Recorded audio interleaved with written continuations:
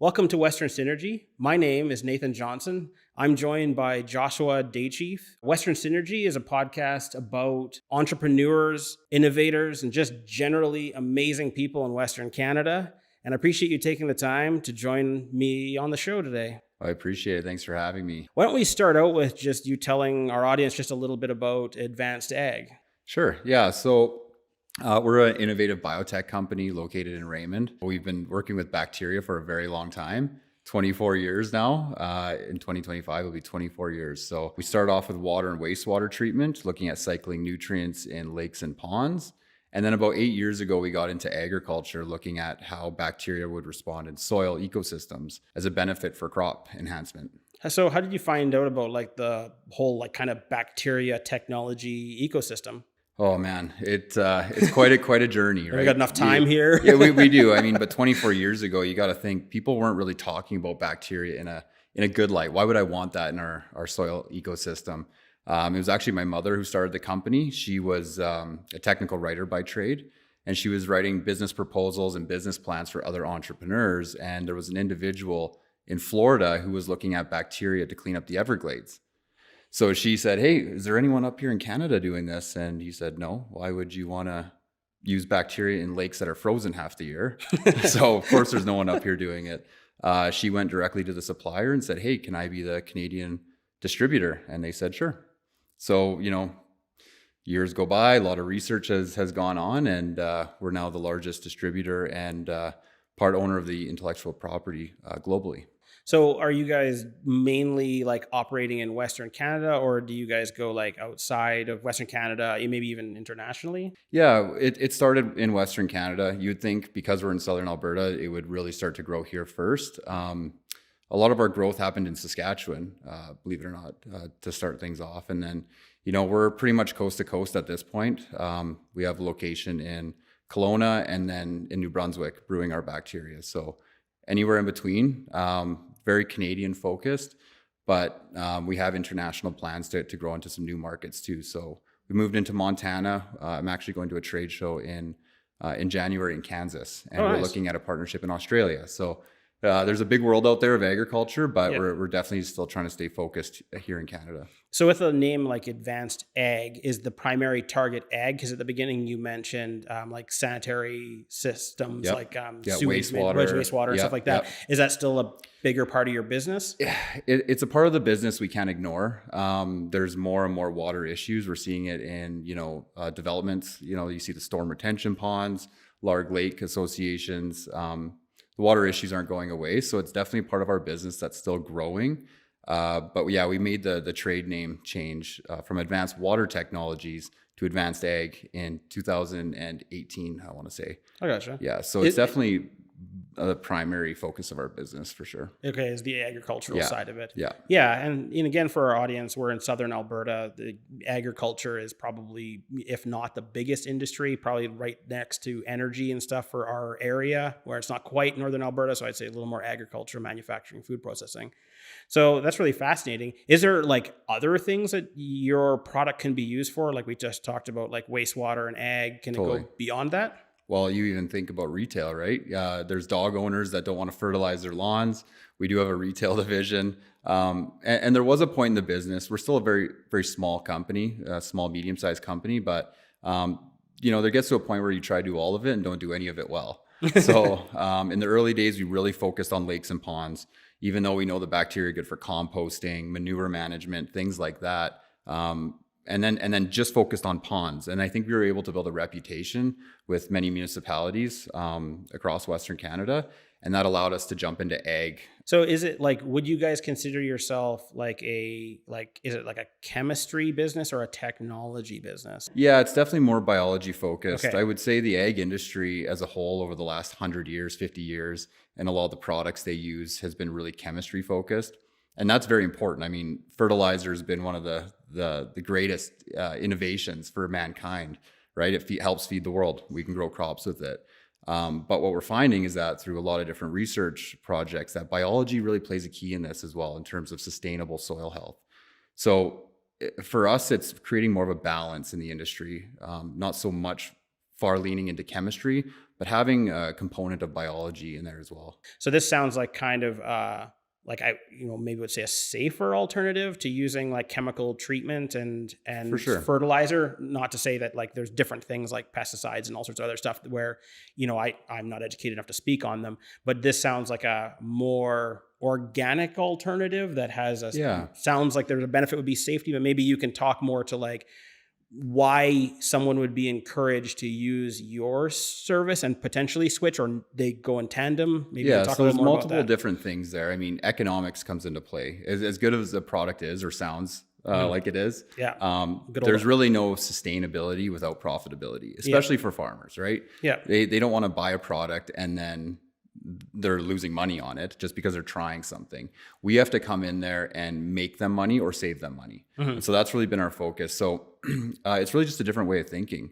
Like rather than saying, okay, this crop needs nitrogen or this crop needs an available form of phosphorus, we're going to dump some fertilizer on there. We know our bacteria can utilize what's already in the soil ecosystem or the atmosphere. I mean, our atmosphere is made of nitrogen mostly, right? So there is nitrogen there. It's not all plant available. What creates it to be plant available is bacteria. So we do have nitrogen fixing bacteria and bacteria that will solubilize phosphorus that is in an otherwise unavailable form to an available plant form. Okay. So it's just a different way of thinking. It's utilizing what's there, what's in the environment. Not to say that, there's no need to fertilize. There is. But if we can cut that back by 20%, 25%, that's a huge cost savings for farmers. And we're doing it in a natural way. So there's that component. But then even from another chemistry side, fungicides, for example, in the potato world, a lot of farmers will use 4 to 6 passes of fungicide on their potatoes to deal with fungal infections. We're developing a blend of bacteria that will consume fungal infections naturally, rather than a chemical product that would otherwise harm soil biology when applied. So it sounds like you guys have a really good option, not even an alternative, but a really good option. So is this something that like, if it was up to you, should just every farm switch to this and be going all out on it? Or is there something more to the complexity of this product? Definitely complex. I mean, we're just scratching the surface and all the things we're seeing are really promising, but we're just starting to understand this, right? And you got to imagine, when we got into ag 8 years ago, it was a very small group of regenerative, outside the box thinking individuals that wanted to work with us. We had a very small client base. But as we started to see these results on the farm and making these farmers money, saving them money, we're in a very tight-knit ag community, not just in Southern Alberta, but I would say across Canada. Okay. I always say you're one farmer away from knowing every farmer in Canada. I truly believe that. I agree with you. From working in the industrial and the agricultural sector for a while doing mechanical repairing, you're absolutely right. And so I feel like, big industry, big ag companies really haven't bought onto that or started to look at this until the last few years. 8 years ago, if you would ask me, Bayer or Syngenta or BASF are going to start looking at these biological technologies, I would have said there's no way.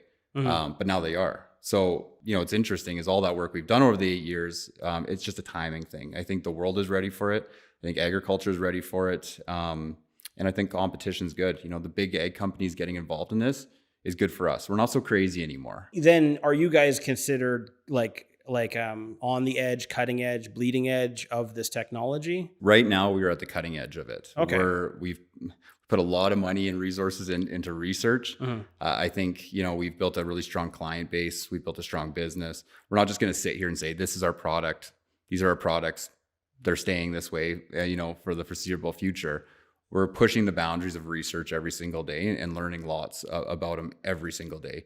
In fact, I'd go as far as to say that in the last 12 months, we've learned more about our products and our technology than we have in the last 24 years.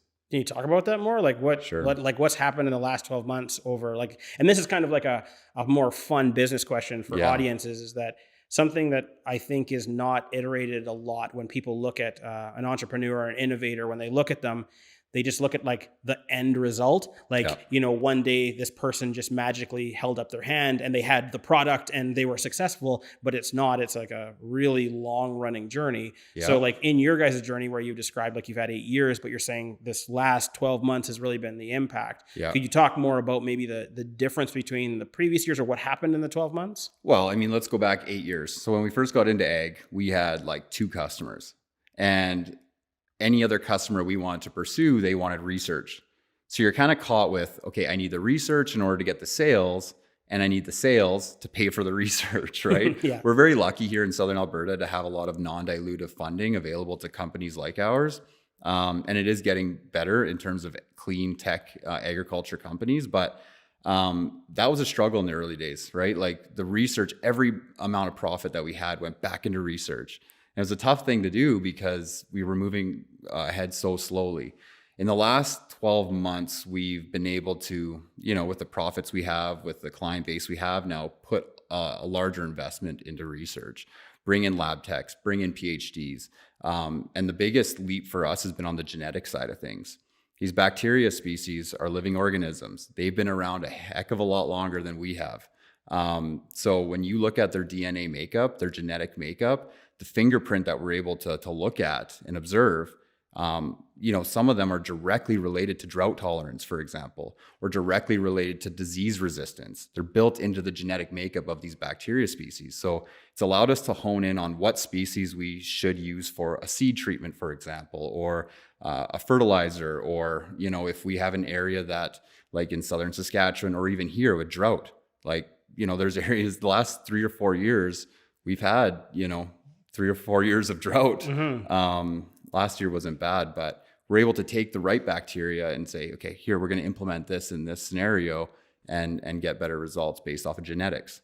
So that's been a big leap for us. And then obviously having the staff and the personnel involved as well. Lots of business books you read will show, you know, do this, then this, then this, this, and repeat. And eventually it gets going faster and faster. And then you get to the certain point where it's running at full speed, right? Yeah. So it sounds like you guys are getting closer to that wheel spinning at a speed where it's going to just self-propagate or self-push. I wish I could have looked back 8 years ago and I could have looked at a big company that's already done this and has paved the way on how to grow one of these biotech ag companies. There wasn't. We were literally one of the first ones in Canada doing this, if not the first ones, maybe North America, right? At least from what we were looking at in terms of the market. But it didn't exist. Yeah. Another good thing for us has been you're starting to see a lot of investment, a lot of VC money go into AI and biotech. So a company like Pivot Bio, for example, in the US, they've raised $613 to $18 million.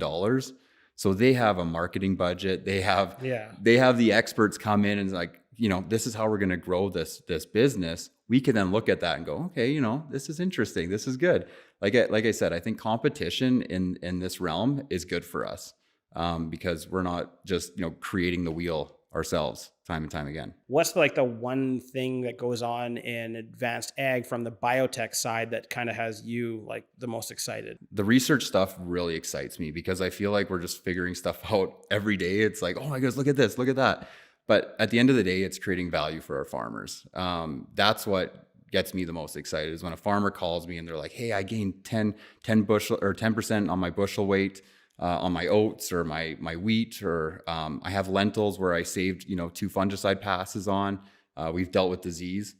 Those are real life results. No matter what we do in the lab or in the greenhouse, the fact that we're able to go out in the field and make these farmers money and have real life results, that's what gets me out of bed in the morning. So what's like one of the more intangible values that excites you? Like, so one thing I find talking to business owners is that like tangible values drive the wheel. So we get more bushels, better development, less pesticide usage. Like it's all very mathematical. It can be on a spreadsheet. But what's some of like the intangibles that gets you excited? Like when you're out talking with people, every business owner is kind of aware of these. What are some of the intangible things that you run into? To me, it's the awareness around what we're doing. I'll never forget the first meeting we had. It was in our office.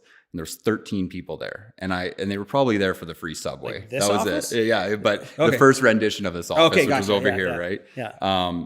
and they were there for the free food. I guarantee it, right? They weren't there to learn about biologicals. Yeah. Now we're talking to hundreds of people, 40 people, 50 people, large farms, and they're traveling from all over to learn about this stuff. So like the intangible piece for us is just the awareness and the interest in what we're doing. We've had big industry companies come into our office and poke around and want to learn more. For me, the tangible results, the reduction of fertilizer, reduction of chemical-based products, but then just people wanting to be a part of something and lean on us for education has been really, really nice to see. And going back to even my mother, she taught at the college for 34 years. At the end of the day, we've all turned into educators and teachers. And so it's something that we love doing. It may not result in a sale right away, but we're building this group of farmers here in Canada that just are hungry for information, and they're leaning on us for that. So that's been big to see. It sounds like your company organization is running business to business. Is there a business to consumer path that you guys are interested in, or is it primarily going to grow business to business? Our original business strategy was, okay, let's look at selling to retailers or the companies that have, that reach with all these farmers.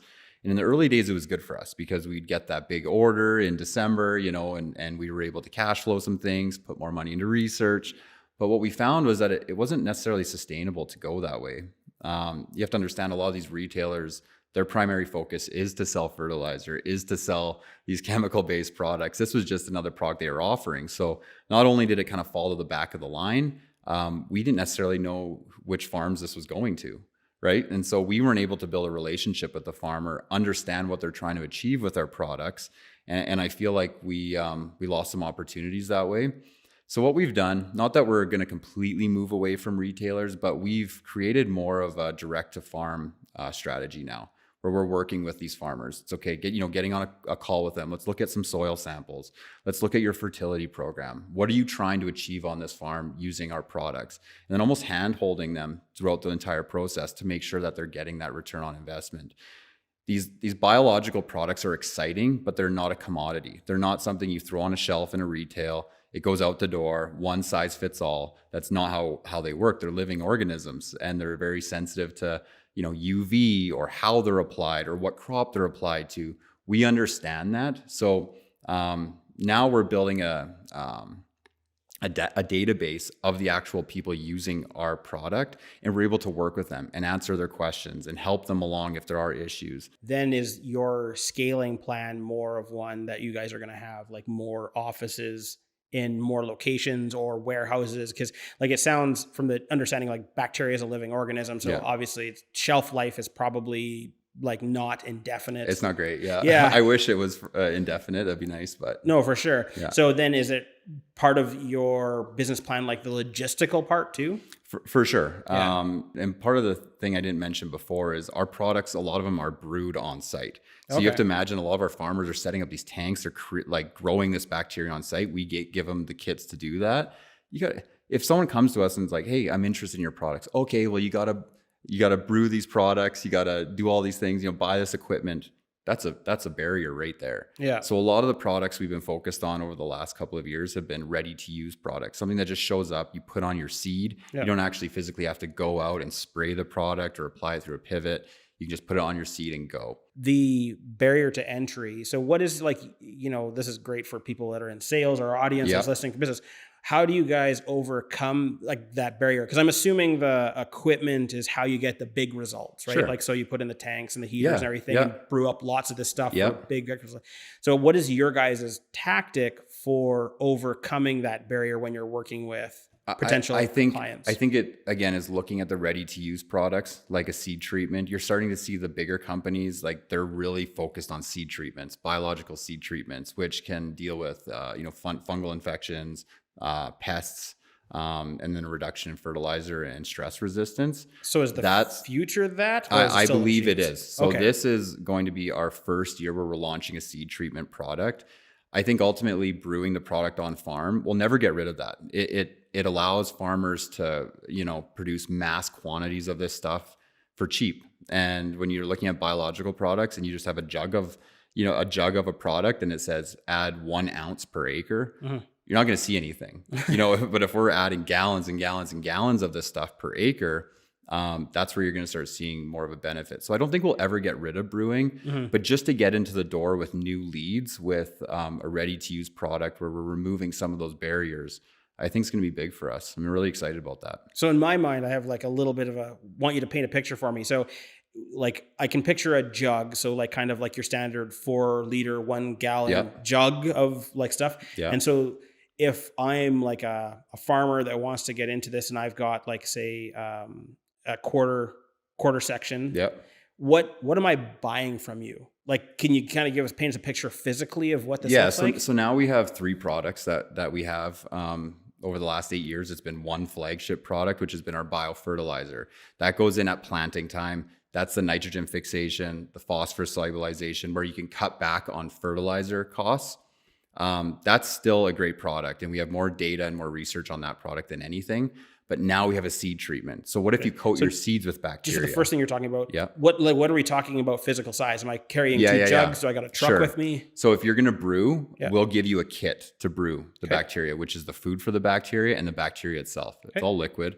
The food isn't a powder, but you'd add it to a tank and that would produce, let's say 300 gallons of bacteria. So with the shelf stable stuff, I still need the tank and the heater and the controller? So that's where I think we're going to get through this barrier with this shelf stable stuff, is that we're able to just put it on your seed. Your seed is right there. You spray it on, you coat it, and then you go out and seed. You have to understand, like, seed is it's so fragile, right? But if you can give it the benefits early on, just like a baby or an infant, right? You're giving it everything it needs all at once. It's going to be healthier, through years of its life. Same thing goes for a crop. Like if you're giving it everything it needs throughout the entire grow season, it's going to withstand drought. It's going to withstand stress, disease, things like that. We're building a healthier plant right from the seed. So if you're out on the ground selling to someone, when do you give them the tank and the heater and the growth kit versus the shelf stable? Like what's the deciding factor between the two? Or is it like a combination of like you should take both? Yeah. So right now we're launching the seed treatment this year based on a trial basis. Like we want to see more of it out there. We had 2 trials last year in the field. One of them, we gained 12 bushels an acre on field peas. Wow. The other one was 10% bushel increase on oats. So very promising. I need to see more of that. Again, I don't think we'll ever get rid of brewing, but this product could potentially, save on the brewing side of things when approaching a new customer. I need to see more of it in terms of research. I'm not just going to go crazy with the seed treatment and get it out everywhere. We're going to do more research to get to that point. So this is kind of like you guys are saying that getting people in with the heaters, the tank, and all the brewing is it's a pretty big ask of people. But if they can get introduced with the shelf stable stuff and they see a result, then it's kind of the next conversation. How do I take it from here? Yeah, and I think to get the first maybe 10 guys to brew was really an issue. But my marketing strategy now and sales strategy now is, listen, I can tell this farmer everything they want to hear. Right? It's like, I could tell you all the benefits, all the great things our product's going to do. But here's a list of 20 farmers, 15 farmers. Give them a call. They've used our product for 5-6 years. Give them a call and ask, the pros and cons of our products. And that, to me, I think in our tight-knit ag community here in Western Canada and Canada as a whole has been huge for us. Word of mouth has been everything. So backing the story up to back when your mother got into it. So it sounds like you guys have parts of your family here working. Yeah. So was it just like you guys were roped in, or was it like, or then you developed the passion, or was it just something that like you were kind of interested in the whole time? Maybe talk a little more about how you kind of like decided to get into this. Sure. Yeah, mom's a visionary, and to this day, she believes we are saving the earth. She really genuinely does, and did 24 years ago. She really did. She thought, okay, you know what? Water is our most precious resource. We need to figure out a way to treat it naturally. Otherwise, it's going to become an issue. And it is. It is becoming an issue. So that part of the business is growing. But yeah, I mean, I just remember being a kid and always having to help out, carry jugs. Our office was our motorhome way back in the day. It was like, that's where we were keeping the bacteria, was this old motorhome. And then we upgraded when we moved to her garage. And then we bought this facility here, the shop here, and had a designated facility for brewing. But I just remember being a kid. My sister was younger than I was, and just being involved in the business. So it just seemed like a family affair. Like we were chasing this dream for a very, very long time. And to sit here today, like we've achieved our dream. We really have. Everything now on is really just the cherry on top, in my opinion. This was our vision from day one, and we've done it, and we're going to continue to push. But yeah, mom's living the dream right now. Yeah, that's awesome. I always like reference back to people that are getting into business, and they always kind of say like, what's the like one piece of advice you give? And the common thing I say to them is it's like a brick a day. Yeah. They're like, if you lay a brick a day, it's an easy task for you to understand. And so if you lay a brick a day, at the end of a year, you've laid 365 bricks. And if you take 365 bricks, you might have built a little wall, maybe a fire pit or something.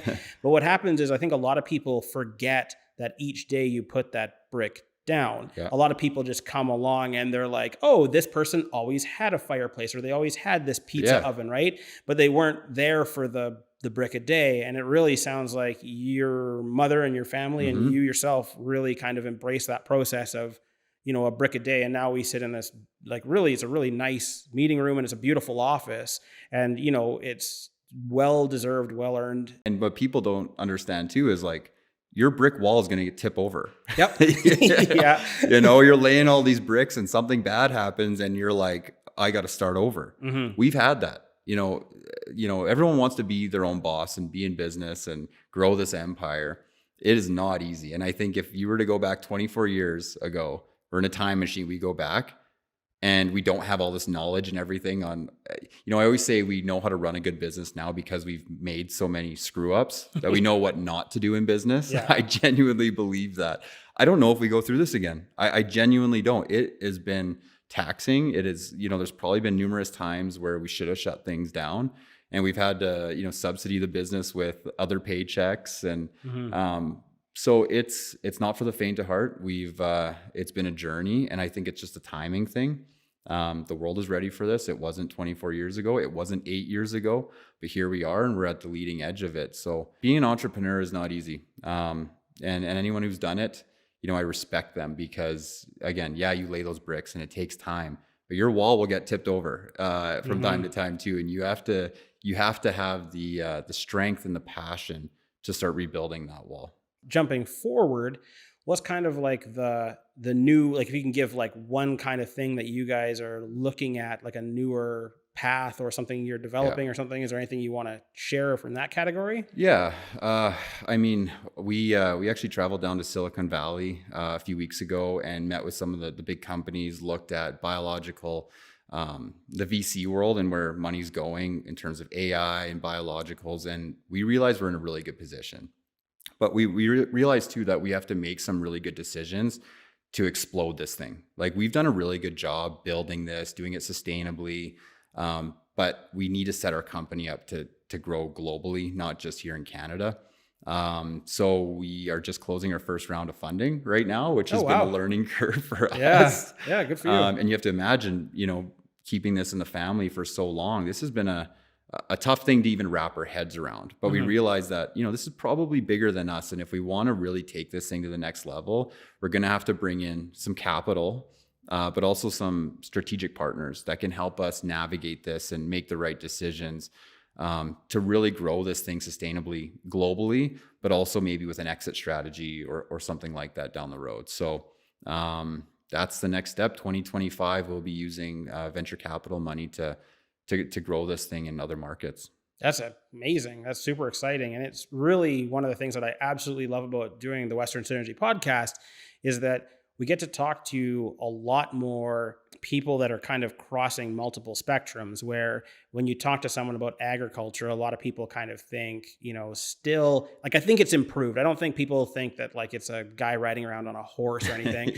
Like, I think people all know what tractors and combines and a lot of the newer technology that's come, but it's really like tech is starting to touch down on more and more and more places. And I think what's awesome is that because of the reduction in the cost of compute and the overall availability of talent, that there is now more opportunities for people to, say, put venture capitalism into like an ag tech company, Yep. as opposed to just saying it has to be tech or software. Yep. So for me, this is like super exciting hearing you guys talk about this stuff. So based on everything we're talking about, do you have any future predictions or anything you'd like to share with our audience about this industry? I think just in general, we're in a very exciting time, not just in terms of tech, but farming specifically. I think over the next 5 to 10 years, we're going to see huge advancements, like we mentioned with AI, but biologicals specifically. There's a lot of data out there that suggests that, in 5 to 10 years, every farm will have a component of a biological on their farm, which is, if you told me that 10 years ago, I would have said that's nuts, right? So we know we're heading in the right direction. Agriculture is heading in a very exciting, transformative direction, and we're happy to be a part of it. What would you convey across to like my daughters, your kids? Like what's the exciting message you would say? I mean, I think we've talked about farmers being more profitable, but at the end of the day, we need to feed the world quite a bit more in 50 years than what we are now. And is it going to be through more food, or is it going to be through better food? And I think when we talk about how crops are produced, the quality of food it affects everyone. Everyone eats. Well, I appreciate you taking the time to have a conversation with me. And again, this is thanks to our audience and everyone that's been participating in Western Synergy. Hopefully I'll get to talk to you again soon. And again, this was Joshua Day Chief, and my name's Nathan Johnson. Thanks again for joining us on Western Synergy.